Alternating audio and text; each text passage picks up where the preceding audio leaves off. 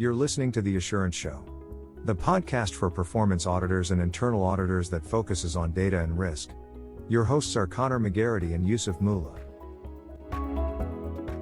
Today, Yusuf, we're going to be speaking about quality assurance of our data work, or QA as we like to refer to it in audit land. But let's start off with the fundamental. Why is QA over our work important? Most auditors will have QA steps that they undertake for all of the general audit work that is being conducted. We've spoken before about checking quality of the data that we use. It's equally important to ensure that any analysis that we do with the data that we have and outcomes that we produce, that we have a level of QA over it. As we've said before, and as our guests have said before, data is really just another way in which we can understand the subject matter and then produce evidence to inform our findings or audit work, but also to back up some of our findings. And so if it is just another form of evidence or something that we use as input, then QA over that work that we do becomes as important as QA over any other audit work that we do. One thing that we are consistently in agreement on, that QA is important.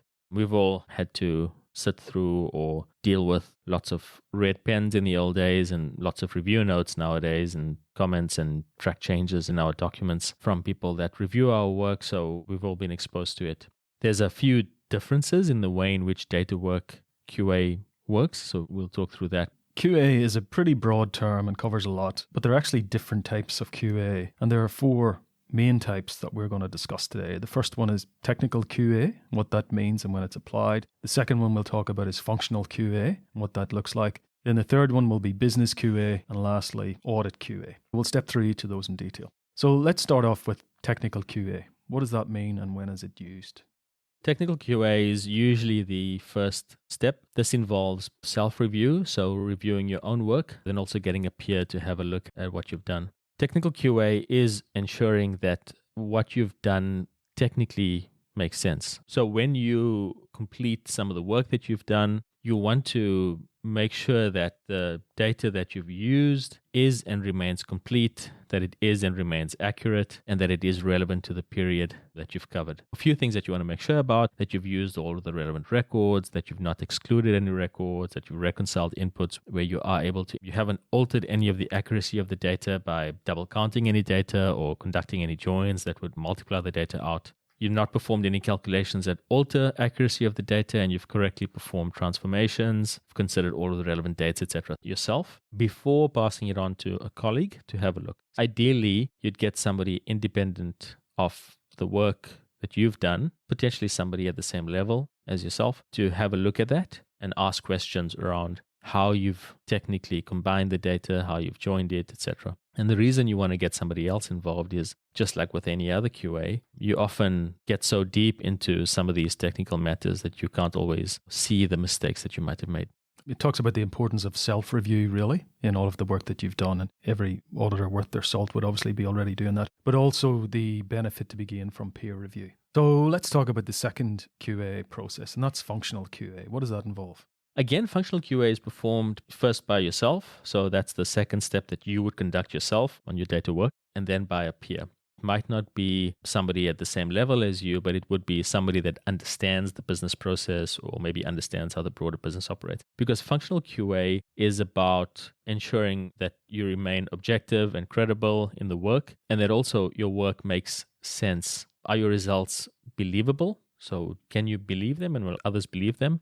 Are your results rational? With an understanding of the business process overall, does it make sense? So an example of this might be something like, I've got a whole bunch of data and I imported it, and technically the data makes sense and I've not excluded any data that I shouldn't have excluded. I've got the right time period, etc. When you do a functional QA, you're looking at things like, we know overall that there might be a particular trend that is expected. There may have been a new product that has been introduced, and that new product that was introduced may have generated a certain level of revenue. Can you see that revenue reflected in the results? Can you see that particular product reflected in the results? Is there something else, either seasonally or otherwise, that somebody with an understanding of the business process or the business more generally would know about, that would then look for in that data? So in essence, does it make sense? And you ask questions like, this is what we're seeing. Is this important? Does this meet expectations? Is there a context here that we're missing based on what we're seeing? Those types of things. Okay, so that takes us neatly on to the third important aspect of QA, and that's business QA. And I think you've sort of led into that. So what does that involve? So business QA, this is quite similar to functional QA, but the reason that you do it, one of the main reasons that you do it, is that you want to have acceptance from outside of the audit team. So that's one of the main reasons. The other is that there may be things that the audit team aren't aware of because they're not that close to the business process, that you would want somebody that is a potential representative of the business or a subject matter expert to help explain. So again, the questions that you want to answer here are the results correct? Are we missing any context where the business process may have changed recently, or the audit team just aren't aware of that particular matter?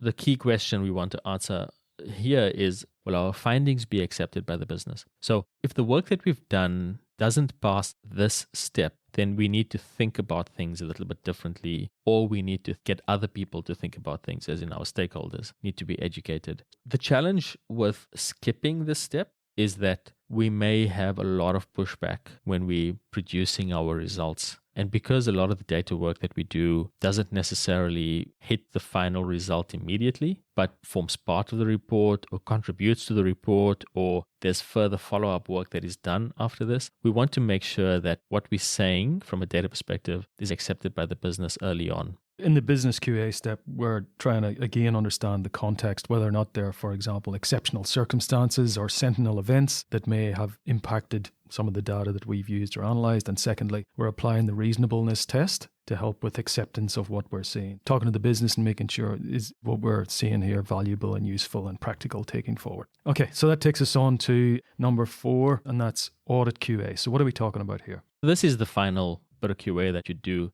This is sort of QAing the QA. So this is where somebody within the audit team, leader in the team, maybe the head of your audit function if you're in a smaller team, or if you're in a really large team, that might be a team member that focuses on quality. So some teams actually have like a whole QA function that's built into the internal audit team or performance audit team. What you want to do here is make sure that there has been a QA plan established for the work that you've done. We're talking about this last, but before you would start any QA, you'd put together a QA plan. The QA plan doesn't have to be very detailed, but you just need to outline some of the steps. So the audit QA will check whether a QA plan has been established. Make sure that QA has been undertaken at the right time with the right level of rigor. And then the key thing that the audit QA step will cover off is, does the analysis support the audit result? The person that's conducting the audit QA will check whether technical QA was robust, whether functional QA was robust, and whether business validation was correct. But also then check against the audit report. Is what we're seeing in the data work that was performed, is that actually reflected in the audit result appropriately? Are we missing anything? So, your normal working papers will have cross-references. So what have you found versus what's in the report, and making sure that everything found is in the report or is explained, and everything in the report was found in the data work. So similar to that, does the analysis actually support that audit result?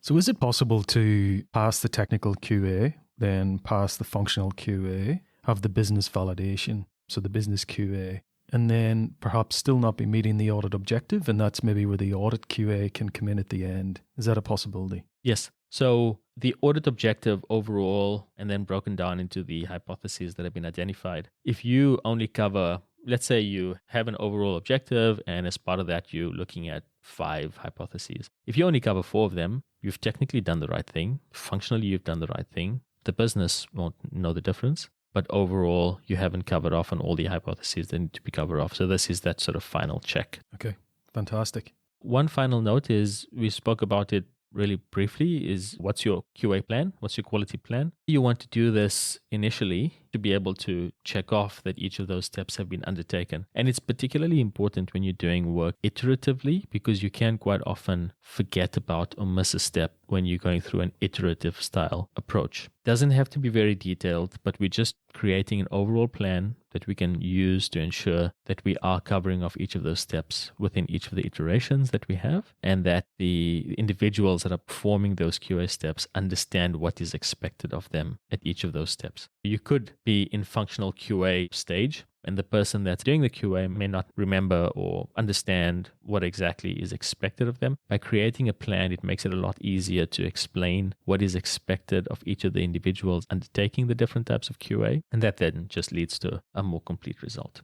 So we covered the 4 components of QA there. Technical QA and what that was and when it's used, functional QA, and then moving on to the business validation, which is business QA, and then the overall audit QA, which is your catch-all at the end to make sure that all the previous steps have been taken to the extent necessary and that you're meeting the audit objective. That's it. Thank you.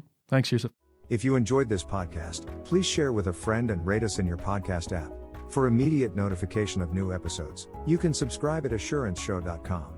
The link is in the show notes.